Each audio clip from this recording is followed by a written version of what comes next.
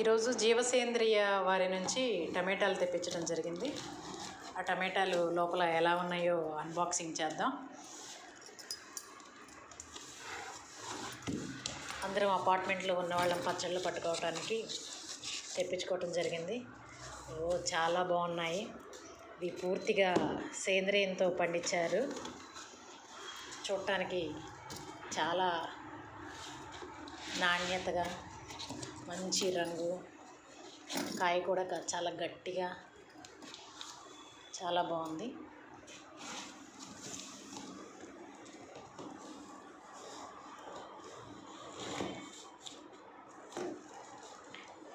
వీటితో పచ్చళ్ళు పట్టుకుంటే ఆరోగ్యానికి కూడా చాలా మంచిది అన్న ఉద్దేశంతో పూర్తిగా ఆర్గానిక్ పద్ధతిలో పండించిన వాటిని తెప్పించడం జరిగింది. ఇంత క్వాలిటీగా ఉంటాయని నిజంగా అనుకోలేదు మేమైతే. చాలా చక్కగా ప్యాక్ చేశారు. చాలా నీట్గా వచ్చాయి. ఎక్కడ కూడా కాయ అనేది నలగలేదు. కాయ కూడా చాలా గట్టిగా ఉంది. వాళ్ళు చెప్పటం ఏంటంటే 20 రోజులైనా కూడా కాయ అయితే కుళ్ళిపోదు, కేవలం వడిలిపోతుంది అంతే తప్పించి అన్నారు. అలాగే ఉంది. ఈ ఆర్గానిక్ పదార్థాలు అంటే సేంద్రియంగా పూర్తిగా పండించిన వాటిని తినటం వల్ల ఆరోగ్యం బాగుంటుంది అనే ఉద్దేశంతో మనకి అందుబాటులో ఉండి తెలిసిన వాళ్ళ దగ్గర తెచ్చుకోవటం వల్ల ఉపయోగకరంగా ఉంటుందని తెప్పించడం జరిగింది. మీకు కూడా ఎవరికైనా కావాల్సి వస్తే మీరు కూడా తెప్పించుకోండి. చాలా చక్కగా చాలా బాగున్నాయి. ఎక్కడ నలగటం కానీ, అంత దూరం నుంచి వస్తున్నాయి ఏ విధంగా ఉంటాయో అనుకుని నేను కంగారు పడ్డాను. అసలు అలా ఏమీ లేదు. చాలా బాగున్నాయి.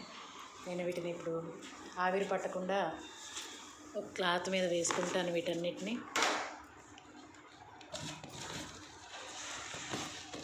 వీటిని కేవలం ఎరువులు, పురుగు మందులు, ఏ విధమైన రసాయనాలు లేకుండా ఓన్లీ జీవన ఎరువులతోనే, జీవక్రిమి సంహారణలతోనే పండించారని తెలియజేశారు. ఇలాంటి ఆహారం తినటం వల్ల మనం కూడా ఆరోగ్యంగా ఉంటాము. రైతులు ఈ విధానంలో పండించాలి అంటే మనలాంటి వారు ముందుకొచ్చి ఈ ఉత్పత్తులను కొనుక్కోవటం ద్వారా రైతుకి ఎంతో మేలు చేసిన వాళ్ళం అవుతాము.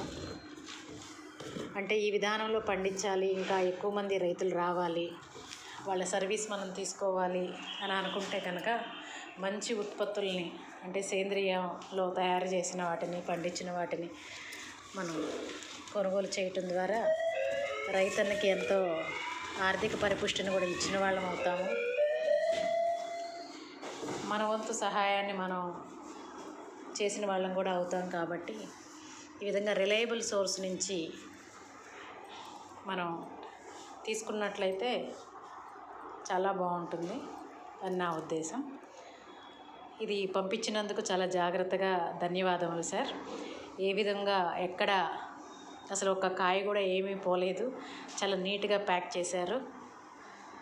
మీకు ధన్యవాదాలు. Thank you.